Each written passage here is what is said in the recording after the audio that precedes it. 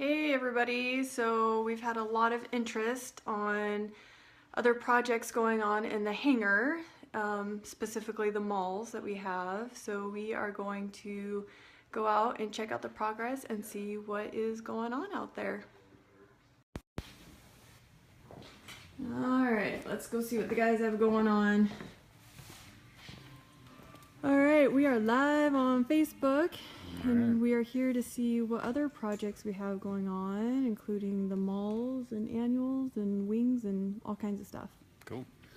Yeah, so yesterday's Facebook Live with the Alaska Airmen's, we had a lot of interest in the mall. What's the status? So we're doing a special live for you guys to know what's going on with the mall. It's not just sitting aside, not getting any attention. We've done a lot already, and we're waiting on a lot of parts, and that's kind of part of the process when you're rebuilding an airplane, especially in high-end one where you're remodifying the whole panel and interior and wings and everything, is getting the parts together and on location. So. And what type of mall is this? This was originally an M5 220C. It's been converted to a 235C, which basically means the engine's been upgraded. The rest of the fuselage and everything's the original. So the engine upgrade is a Lycoming 0540, which should be putting out, by the time we get done with the engine, which we'll show you here in a minute, it should be putting out upwards of 260, 280 horsepower. So some of the parts that we have got in, I kind of have them laid out here for you guys to see what all the bells and whistles that get to go in this plane are. We've got the Garmin Era 796, and this guy will give just about everything you can imagine on display. You can interact with Bluetooth and have all kinds of sectional charts and in-route navigation. It couples with GPS, so you can actually see a plan view of your plane flying around. It'll also couple with the ADS-B, which is on its way, which allows you to be able to see other aircraft on the screen while you're flying around, as long as they're also equipped with it, or at least a transponder. He's got this cool little guy here. It's a Garmin Verb, which will ultimately get mounted somewhere on the outside of the airplane so he can document all of his awesome adventures. And this is a private owner aircraft, so we're building it for someone. There's all kinds of bells and whistles in here. There's a GPS receiver, the next nav, and of course the antenna that goes with that. These radios are really slick. They're super lightweight, hardly weigh anything. And notice it doesn't have a faceplate on it because the faceplate is actually remote. These are Trig radios. So this is the comm, and you can actually mount this somewhere back under the panel and just have this little lightweight face on the panel. And it's a 2 1/4, so it's real small, lightweight.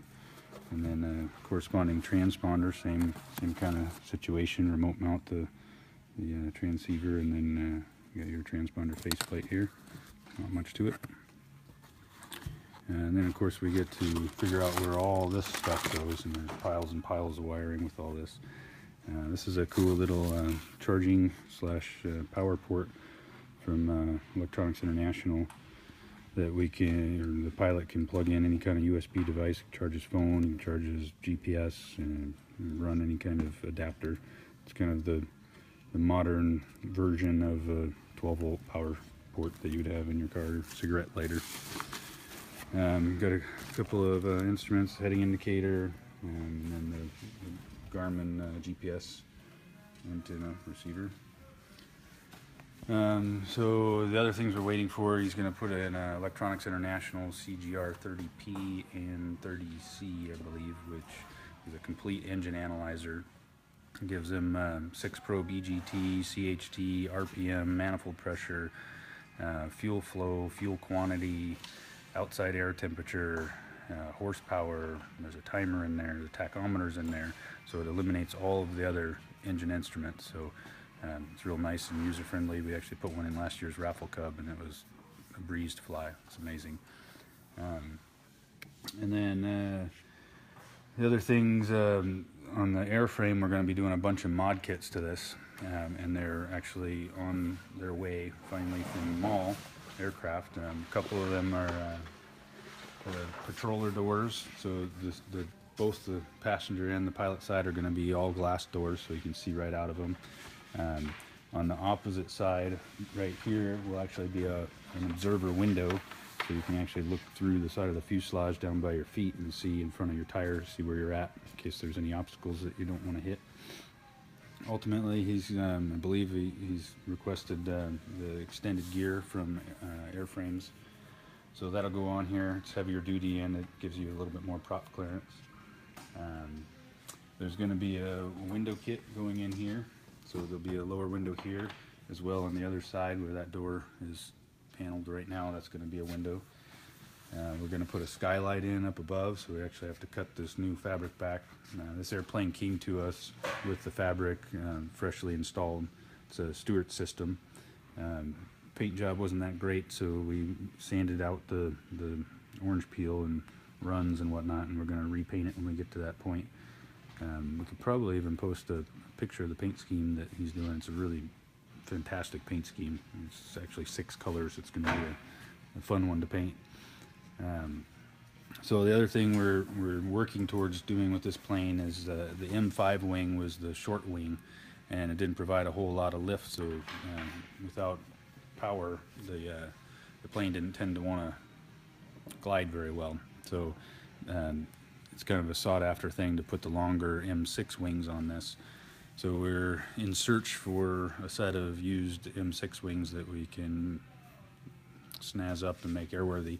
So anybody out there might know where we could find some M6 universal wings, send them our way. So part of that modification is it changes the whole flap control system. You can see these cables up in here.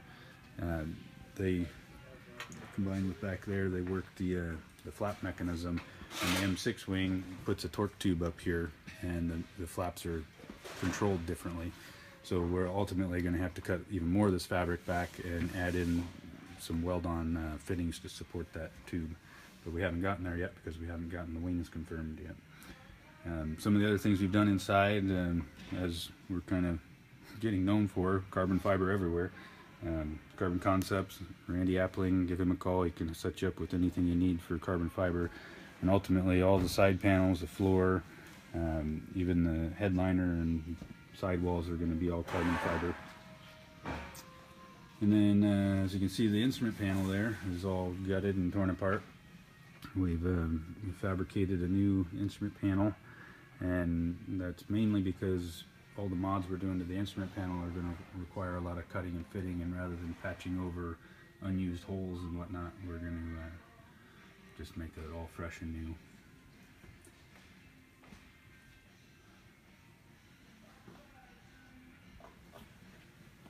And yeah, that's about it for the mall right now, and you should see in the next couple of weeks we'll be making a lot more progress on this as those mod kits come in and the rest of our instrumentation and avionics come in. Cool. What else do we have going on? We got our floats. We kind of fix those up, and they're Edo 2000s for a Super Cub. They're rigged for a Super Cub, and they came with a project that we purchased, and we fixed them up and sold them, and the new owner is supposed to be coming by any time now to take them out of here and free up more hangar space. We've got a P-18 Super Cub in for annual, and we're also doing some top secret testing with it that hopefully we'll be letting you guys know about more, which is actually really exciting news coming up. The Super Cub wings on this plane are different than the wings on the raffle plane. You want to tell us why? Yeah, this Super Cub's actually, we'll go take a walk around. I'll show you some of the mods on it. This is what you would call an Alaska bush plane. It's got an upper baggage compartment, so you can store, they limit it to 5 pounds in flight, so you throw sleeping bags and some survival gear in there. It's got tail's pretty much all stock. The wings, the flaps have been extended. Usually this winglet panel would continue down here, so these flaps have been extended into the fuselage, so you have a little bit more flap surface area. The wings themselves have been extended out another 2 rib bays off the tip, and also the aileron has been extended, and that comes in handy in slow flight. When you're real slow, you need more airflow over those ailerons so that you have your roll capabilities when you're in short final and gusty conditions, so that extra aileron helps with that. This fence you see up here, it's called a stall fence, and it's part of the leading edge kit, which we run around here and I'll show you that. Probably the best view of it is if you look out here at this little fence. You can see the bottom of this is a little bit concave, and the original leading edge used to be here. So this is a extended and drooped leading edge that's on there, and that just adds additional surface area and lift, so it can fly slower and therefore land shorter.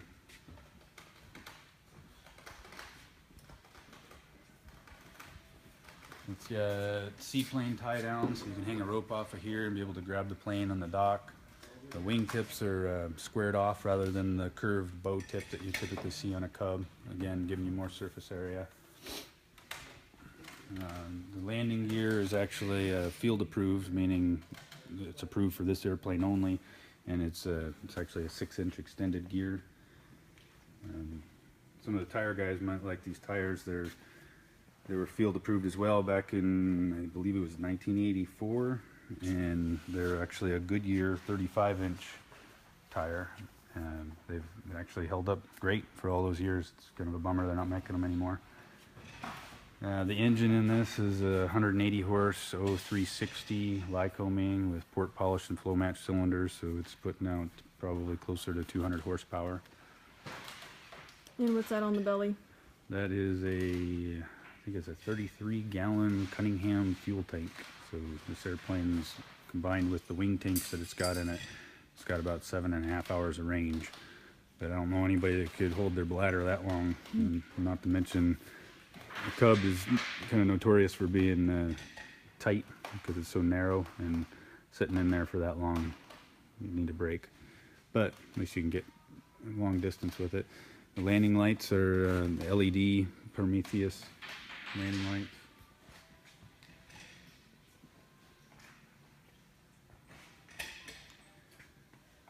Get a good picture of the difference between the square wing and the round.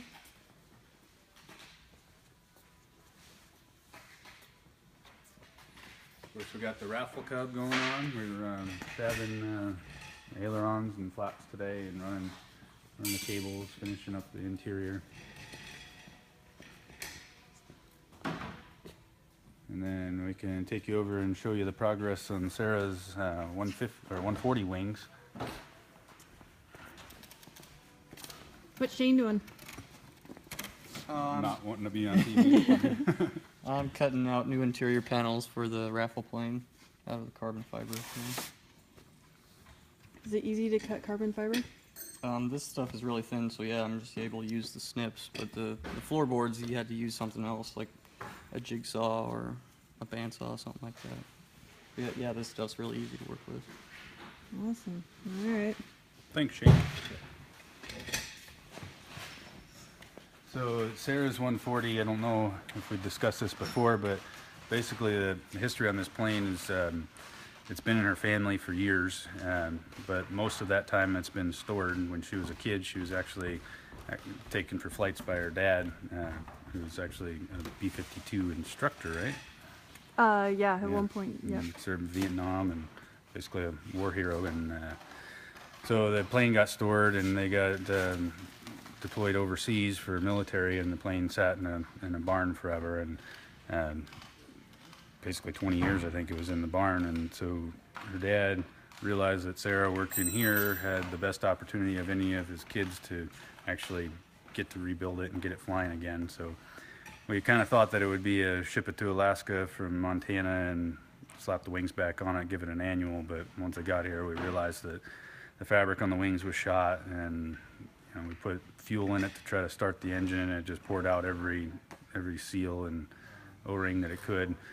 So we've realized that it's quite a big project. So in here you can see the wings. We've got the polyfiber fabric on them. Oh, there's the old fabric. Mm-hmm. Yep. There she be. You want to roll her out?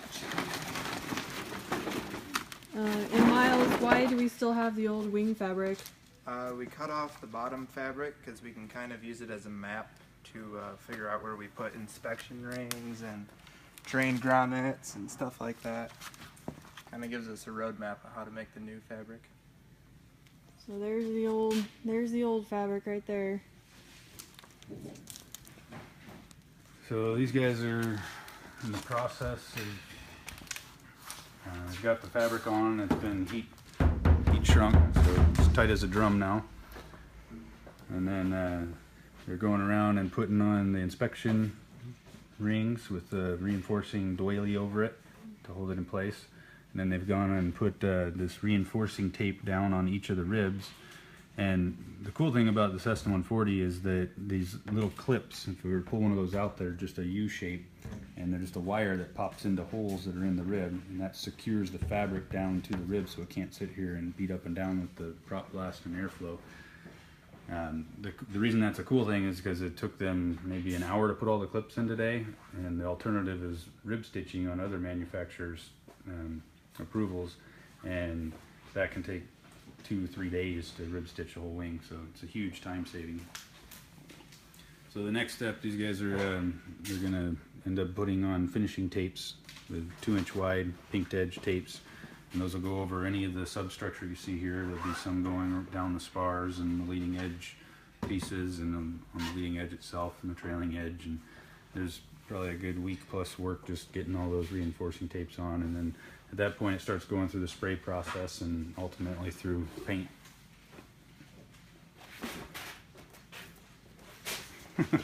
Get him. And there's JJ hiding. Everybody. Awesome. Well, Oh, I wanted to show you guys this engine over here too. oh, this is our second Maule, second Maule engine that's sitting in the hangar, and this is this engine does not go to the other Maule. You want to explain all that? Yeah, so this engine is off of an otherwise airworthy Maule. It's an M7 180, and so this is a Lycoming 0360. And the reason it's in here is because the owner was complaining of rough running engine, and we had done the annual on it and everything checked out at the annual. He even took off and it sounded great, and about a month later he called and said, it's still running rough, you got to come help me out. So we went down there and we boroscoped inside the cylinders, and we found a lot of pitting inside the cylinder walls. So we pulled the cylinder off, and the cylinders are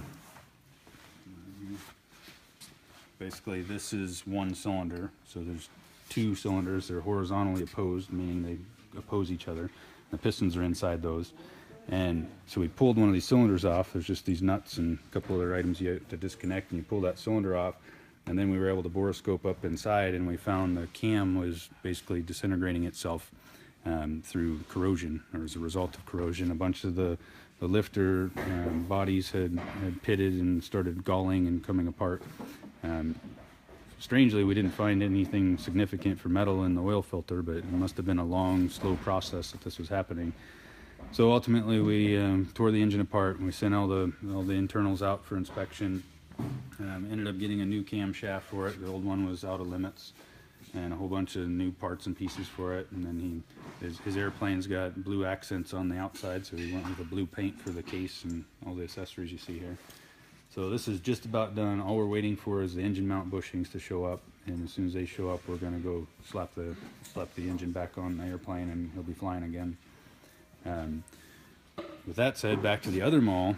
This is the 540, which we're waiting on a list of parts about this big with bearings and bushings, and it's all ordered and on the way. Well, part list this big. So that's all of our all the different internal pieces and parts for the engine that we're going to need. He did this kind of cool thing that some of you guys might be interested in. So the owner of this plane, he's apparently big into race cars, and he's got a company he works with that does a high temp coating, and they actually coat the inside and the outside of all these pieces, and apparently this coating is good up to 4,000 degrees, and so it actually encapsulates the metal inside and out, and it also smooths the surfaces, so you get a better airflow for hopefully better performance through it. And he's done that with a lot of the parts. He's got his accessory case here. And then he's got the whole oil pan and induction system here. And I believe over here he got some of it coated in chrome. These are his intake pipes. And again, they've been coated inside and out, so they're nice and smooth. And then he got his push rod tubes coated, engine mounts coated, valve covers coated. So this will be a sharp looking airplane as well, or engine.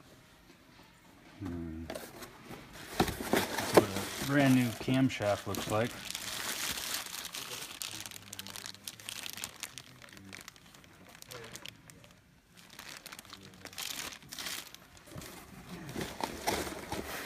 And this is where the resurfaced crankshaft looks like.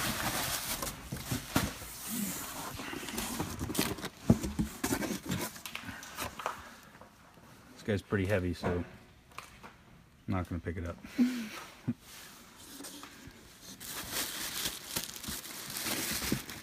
So anyway, that's what we're looking at. Awesome. Well, I think that's about everything we've got going on in the hangar today. Yeah. We should probably go check on Eli though and see what he's doing.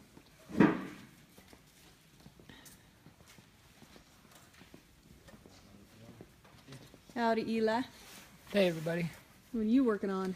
Well, these are the fine wires for the horizontal and elevator assembly for the airman's raffle plane, and the clevis bushings right inside there were worn out. There's an old one and a new one, so I'm taking them apart and putting those in and reassembling. Awesome. Yep, very exciting stuff. Yeah, and see, we've got Andrew. Running through flaps and ailerons on this thing, trying to get it rigged up and ready to go. And so you're supposed to look at that picture and then know where everything goes? That's the idea.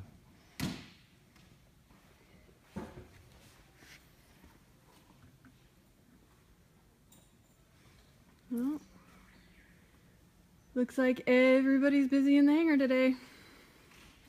I get to go back to my desk. Me too.